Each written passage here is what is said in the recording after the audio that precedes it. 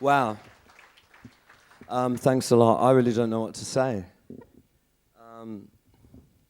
Let's see. Somebody asked me the other day, what is a song? Does anybody here know can anybody even define what a song is? You can't, it's impossible. I thought I've been a songwriter all this time, I don't even really know what a song is. And somebody else said, what's the most important thing a songwriter needs? And really, when you think about it, the most important thing a songwriter needs is luck. It's luck. It's luck. There's a million guys out there can play better music, can play better guitar than me, and better poets and better writers. But it's all about being in the right place at the right time, having the right things going for you. And I was sort of always lucky. I persevered. When I started, I kept writing and writing. And my first songs were really awful. They really were. And I hated them. And I did an interview the other day and someone said, do you still like all your songs? And I said, and the question is, do I still not like them? And it's funny because sometimes you do write songs you don't like. And the Church's first single, Unguarded Moment, I really hated that song. I really hated it. I hated it. I don't know. Why is that boo? I can hate my own song. I'm just telling you. Hang on. Shh. The song's going to come out and defend itself in a minute. Sometimes you write things you don't like, and sometimes you're not even, as you see, you're not even the best judge of what you're doing. So I just kind of stumbled around in the wilderness. I got lucky because my dad played the piano, and my mother read me Alice in Wonderland when I was 4. And I was very lucky, so I had my mum was sort of giving me influence with words, and my dad was a piano player. So I sort of grew up, and my parents were very... When I got to 16, I said to my dad, I want to buy a bass guitar, because I just wanted to start. At 16, I thought bass guitar's got to be the easiest, and I was right. It's a very easy instrument to play, believe me. Just boom, boom, boom, boom, boom, boom, boom, boom, boom. And so I got a bass guitar, and I started writing some songs. And I wrote, and I wrote, and I wrote, and I wrote, and I had a couple of terrible glam rock bands, and I wrote songs, and nobody really liked them. And then I sort of did my period, like I went into the wilderness of a bedroom. And luckily for me, they just released this machine called a TIAC. I think it was a 7730S or something like that. And it was the first domestic tape machine in Australia, a 4-track. Because before that, if you wanted to have a 4-track, it was something like about that big, a great big heavy thing. And you had to have 2 geezers in white coats operating it for you. You sort of weren't allowed to touch it. And you go into studios, and every time with these terrible glam rock bands I was in, we'd go in the studio, I'd say, can we get... And the guy, no, you can't do that. And I go, can I? No, you can't do that. And what about... No, don't touch that. And there's this incredible gulf between me and what I could hear in my head, and there's always these guys translating it in the studio. And then one day in 1977, TIAC actually invented this domestic 4-track tape recorder, which was affordable. And the incredible thing about that is that you could finally overdub with yourself, which was something that a lot of people might remember trying to achieve with a cassette player here and a cassette player there.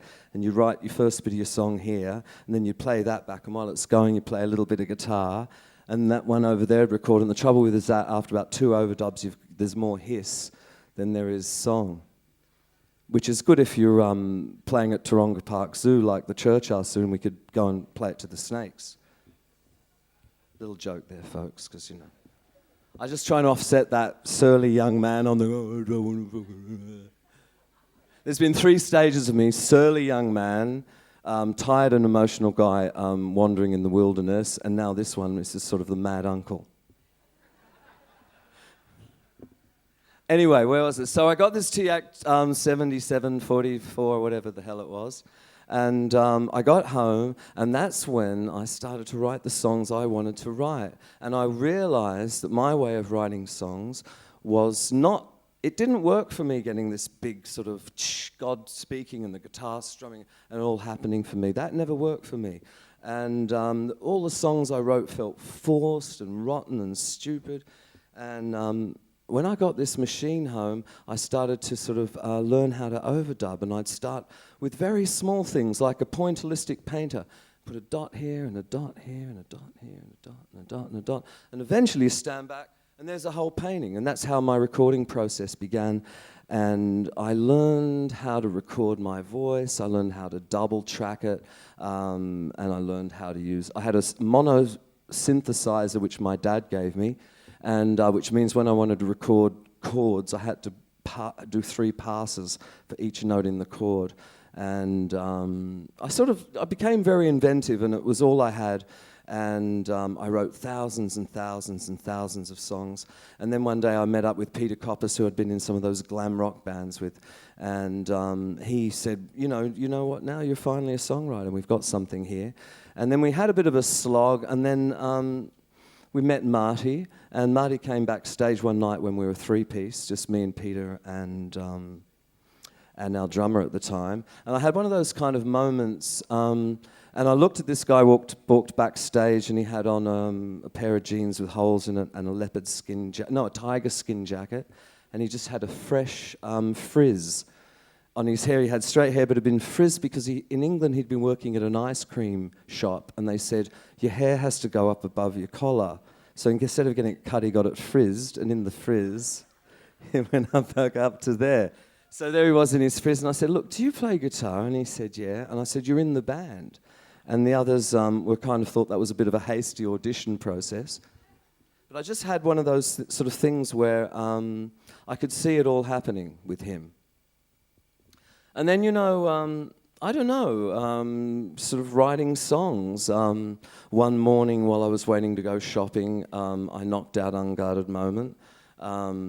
Sort of in about 5 minutes, and all my songs came pretty quickly under the Milky Way. I was up at my mum's, and I was playing on a piano, and I just wrote the chords, and Corinne Janssen, who was my girlfriend, she was a songwriter too, she was out there, and we kind of took about 5 minutes, and we wrote it.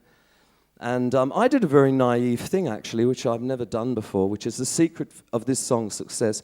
I wrote the song on the piano, and I did a little demo of it on a keyboard, but when I got it back home, I thought, oh, I might do a version with the guitar, and made the very simple assumption, I'll take the top half from the keyboard and play that on the guitar, and I'll take the bottom notes from the keyboard and play that on a bass guitar. And suddenly what was kind of a normal kind of a thing on a piano, when you actually separated it into a guitar and bass, it's suddenly the separation sort of created this whole new feeling. And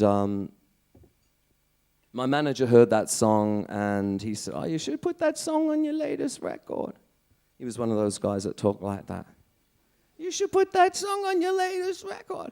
So we put it on our latest record, and the big shots from our record company, Arista Records, rolled up in their limos. And they sat down and they listened to our latest album, which was called Starfish. Oh, yeah. And then Under the Milky Way come on, and that's it. They all span round. They all had ching, ching, ching, ching, ching, ching. And my manager said, I can get this song on the radio. He talked a bit like Mickey Mouse, didn't he? Oh, come on, Pluto. And they did, and they kind of made their own prophecy come true, and the song got on the radio. And it's funny, though, as I said to... see, you shouldn't really talk about songs, because it really demystifies it.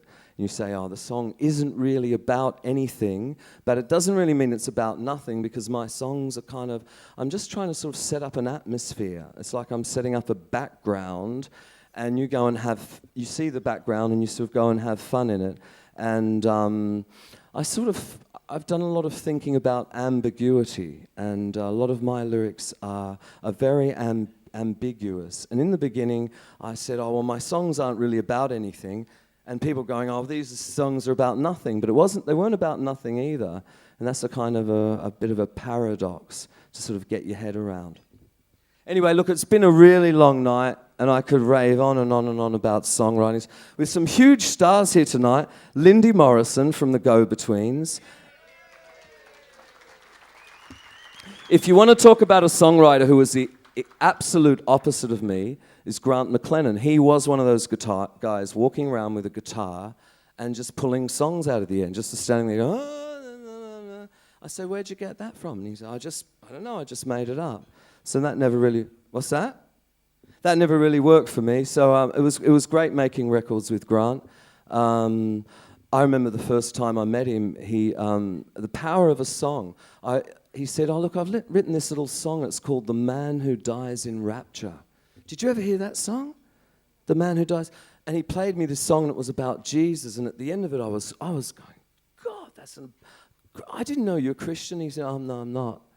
I wrote it for a Christian songwriting contest." And he, in this blasé, but to me it was one of the most beautiful, moving songs. I was almost, I don't know what, ready to go and get baptized or something. Anyway, so that was I have worked with some great songwriters, and I found every songwriter has a different understanding of songwriting, and there are so many parameters to be manipulated in songs. There are so many different things to be changed: the words and the singing and the arrangements and the production and the length and the everything.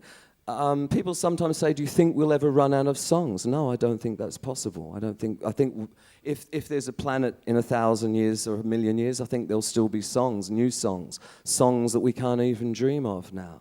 And I think songwriting.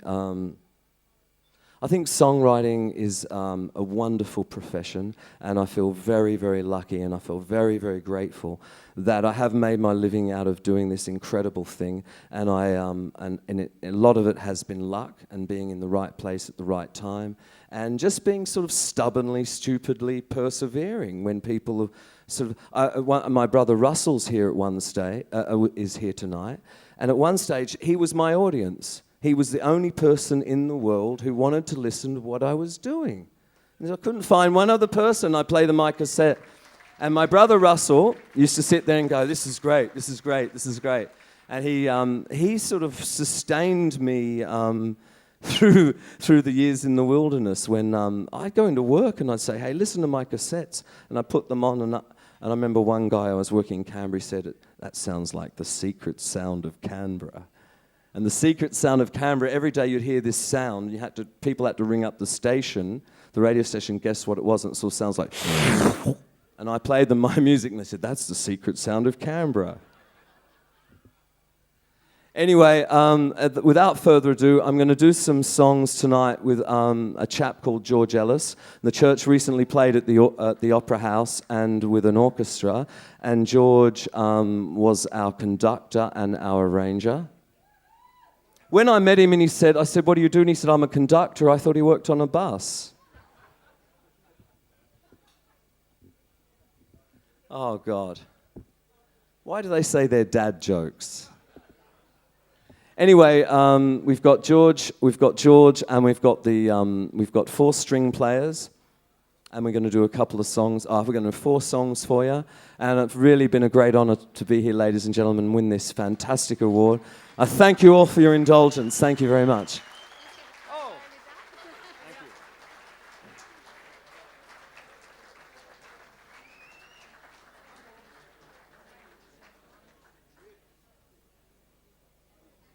Oh, now can I have your driver's license?